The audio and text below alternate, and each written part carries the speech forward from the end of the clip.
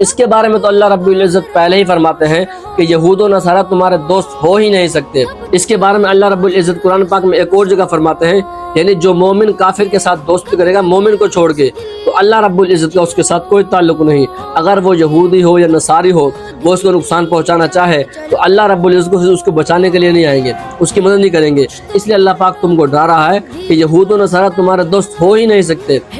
جی ہاں، آپ ہی وہ لوگ ہیں جن کو اللہ رب العزت نے مکہ اور مدینہ کی حفاظت کے لیے چنا گیا ہے، اور مجھے امید ہے اپنے اللہ سے کہ یہی ملک ہوگا جہاں سے ایک جماعت نکلے گی جو بیت المقدس کو فتح کرے گی اور اسلام کا جھنڈا لہرائے گی۔ اس وقت امریکہ کو اور اسرائیل کے لیے پریشانی بنی ہوئی ہے، صرف ان دو کلمے کے نام پہ بننے والے ملکوں کے اتحاد کی وجہ سے، اور میں باقی اسلامی ممالک سے بھی یہی گزارش کروں گا کہ وہ بھی اس پرچم کے تلے آ جائیں، کیونکہ جو اس پرچم کے سائے میں آئے گا، جو اللہ رب العزت کے احکام کے مطابق ان کافروں یہودی نصاروں سے جنگ کرے گا، فتح اسی کو ملنی ہے۔ اب یہ وقت آ گیا ہے کہ یہودیوں کو اور امریکہ کو ان کو دانت دکھائے جائیں۔ یہی وہ وقت ہے کہ اب تمام اسلامی ممالک مل کر ایک اتحاد کریں اور لا الہ الا اللہ محمد رسول اللہ کے پرچم کے تلے جمع ہوں اور ان کافروں کی نیندیں حرام کر دیں، ان کو انڈیا کی طرح دن میں تارے دکھا دیں۔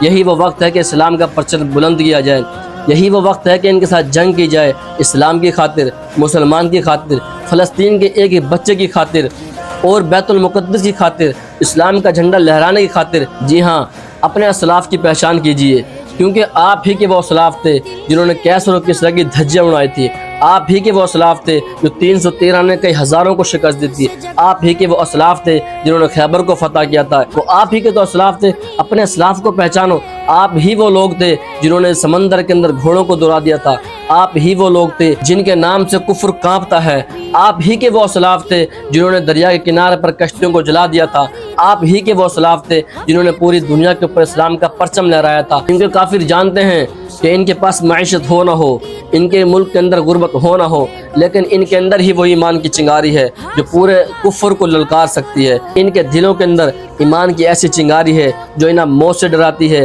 نہ انہیں مرنے سے ڈراتی ہے، نہ انہیں لڑنے سے ڈراتی ہے۔ یہی وہ چنگاری ہے جو پوری دنیا کے اندر اسلام کا پرچار کرتی ہے، یہی وہ چنگاری ہے جو پوری دنیا کے کفروں کو للکار سکتی ہے۔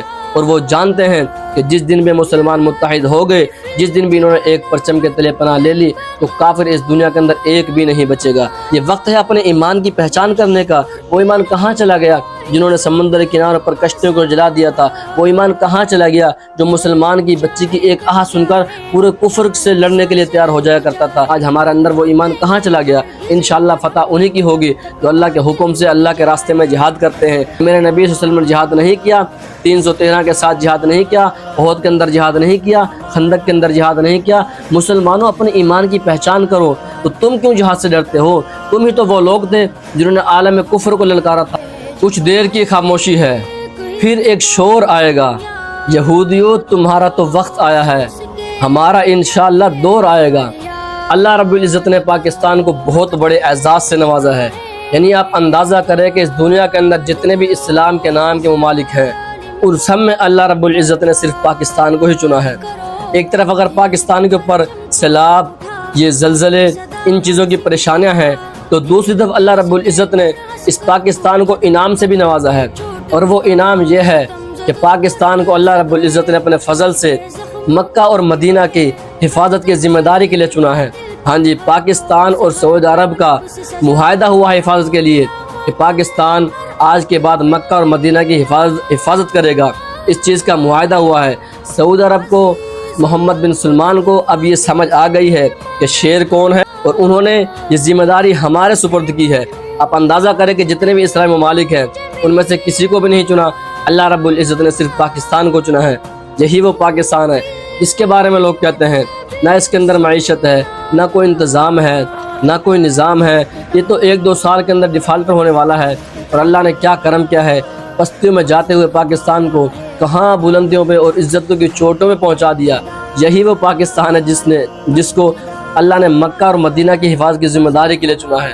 اور سعودی عرب اور پاکستان کا معاہدہ ہوا ہے، کیونکہ سعودی عرب جان چکا ہے کہ جس کے ساتھ اس نے ہاتھ ملایا تھا پہلے، جس کو اس نے قبول کیا تھا، یعنی اسرائیل اور امریکہ کو، اس نے جب قطر کو بھی نہیں چھوڑا، جس قطر نے اسرائیل اور امریکہ کے استقبال کے لیے کئی لاکھوں اور ہزاروں ڈالر دیے، جہاز دیا، اور اس نے پھر اس جہاز کے اور اس ڈالروں کے جو اسلحے خریدے اور ان کے اوپر ہی اٹیک کیا، تو سعودی عرب کو یہ بات سمجھ آ گئی ہے کہ اب اگلا نمبر ہمارا ہی ہے۔